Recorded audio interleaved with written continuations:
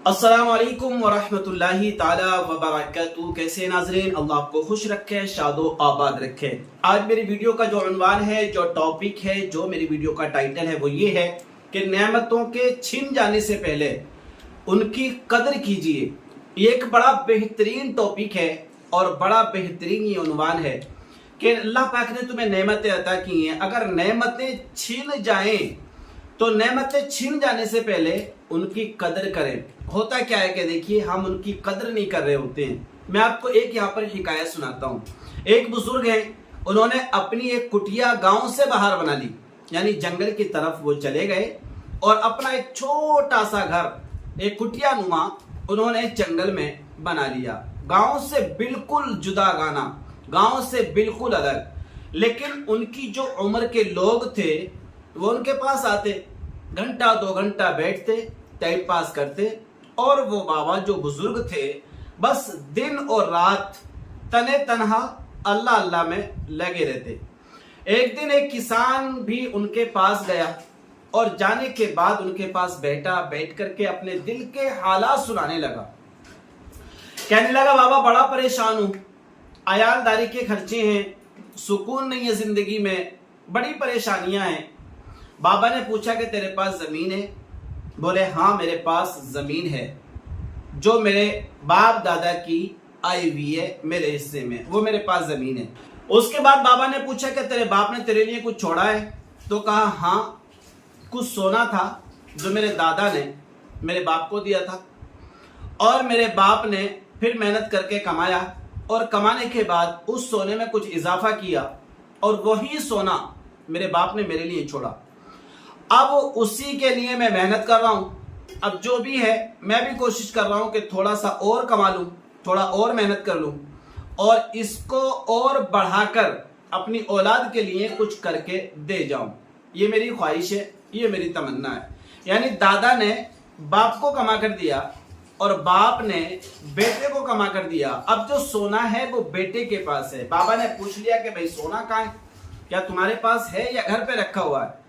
उस किसान ने कहा कि सोना तो मेरे पास ही है और मेरी पगड़ी में बंधा हुआ है। बहरहाल उसने अपनी पगड़ी को खोला और सोने को निकाला। निकालने के बाद मैं बाबा के हाथ पर रख दिया। बाबा ने वो सोना देखा, अच्छी खासी मिकदार में वो सोना था, लेकिन बाबा को वो जुमले याद आ रहे थे, नेमतों के छिन जाने से पहले उनकी कदर करें।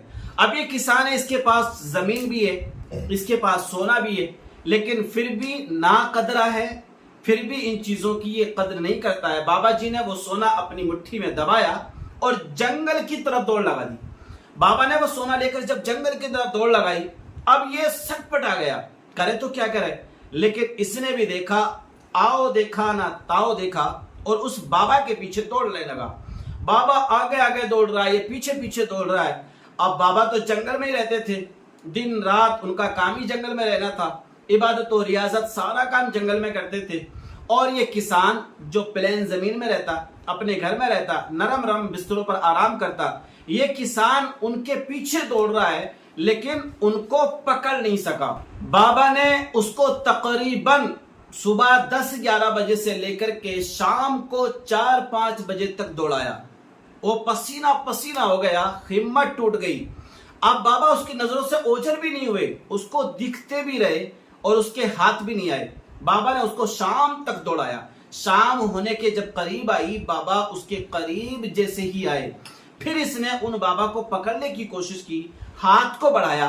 बाबा झट से पेड़ पर चढ़ गए और पेड़ पर चढ़ने के बाद अब क्या था, ये किसान था, ये मोटा था, थोड़ा भारी था, अब ये पेड़ पर चढ़ नहीं सकता था। अब करे तो करे क्या, पेड़ के नीचे बैठ गया। कोशिश जद्दोजहद करता रहा कि मैं पेड़ पर चढ़ जाऊं, लेकिन चढ़ नहीं सकता था बेचारा। और बाबा तो जंगल में ही रहते थे, वो तो परफेक्ट थे, कभी पेड़ पे चढ़ना, कभी उतरना, कभी जंगल में जाना, कभी इधर जाना, कभी उधर जाना, वो तो परफेक्ट थे, हल्के फुल्के इंसान थे। बहरहाल ये नीचे बैठकर मन्नतें समाजतें करने लगा और कहने लगा, बाबा उतार आओ, बाबा मेरा सोना दे दो, मेरी कई नस्लों का माल है, अगर ये खत्म हो गया बाबा तो मैं बर्बाद हो जाऊंगा, मैं कहीं का ना बचूंगा। बहुत सारे अपने दुख दर्द बाबा को सुनाने लगा। बाबा ने कहा, अच्छा मैं तुझे सोना दे दूंगा, लेकिन मेरी कुछ शर्तें हैं। वो शर्तें उटांग पटांग शर्तें बाबा ने लगाई। वो शर्तें ये थी कि ऐसा कर, पहले अपनी नाक को जमीन पर रगड़ उस किसान ने अपनी नाक को जमीन पर रगड़ा। फिर बाबा ने कहा कि 1 घंटे तक एक पैर पे खड़ा रहे। वो किसान एक पैर पर भी खड़ा रहा। बाबा ने कहा कि जमीन पर पलटे मार। बहरहाल उसने जमीन पर पलटे भी मारे। बिला वजह की शर्तें बाबा ने रखी और रखने के बाद बाबा जमीन से उतर आए और ये सारी शर्तें मानने के लिए तैयार हो गया। बाबा नीचे आए, आने के बाद में वो सोना लिया और सोना उस किसान के हाथ में रख दिया और पूछा उस किसान से उस बाबा ने कि अब बताओ, अब ज्यादा खुशी महसूस हो रही है जब ये नेमत तुम्हारे पास थी, ये चीजें तुम्हारे पास थी, ये माल तुम्हारे पास था, जब ज्यादा तुम्हें खुशी महसूस हो रही थी? तो पता चला यहां पर बाबा जी ने जो समझाया वो ये समझाया है कि जब नेमतें छीन जाती हैं तो छीनने के बाद जब हमें दोबारा मिलती हैं तो हमें उनकी कद्र का पता चलता है, उनकी अहमियत का पता चलता है। जब तक ये सोना किसान के पास था ये दुखड़े सुनाता रहा, रोता रहा, गिड़गिड़ाता रहा, गिले शिकवे करता रहा कि परेशान हूं। और जब इससे ये नेमत छीन गई, अपनी नाक भी इसने जमीन पर रगड़ ली। अगर ये नेमत जब इसके पास थी, जब उनकी कद्र करता, तो शायद इसको अपनी नाक जमीन पर रगड़नी नहीं पड़ती। तो खुलासा इस वीडियो का ये है कि जब नेमतें अगर तुम्हारे पास हो तो उनकी कद्र करें, ज्यादा कद्र करें। छिन जाने के बाद कद्र करेंगे तो ऐसा ही होगा कि तुम्हें अपनी नाक जमीन पर रगड़नी पड़ेगी, सामने वाले की सारी शर्तें तुम्हें माननी पड़ेंगी। तो शायद मेरी वीडियो आपको समझ में आ गई होगी।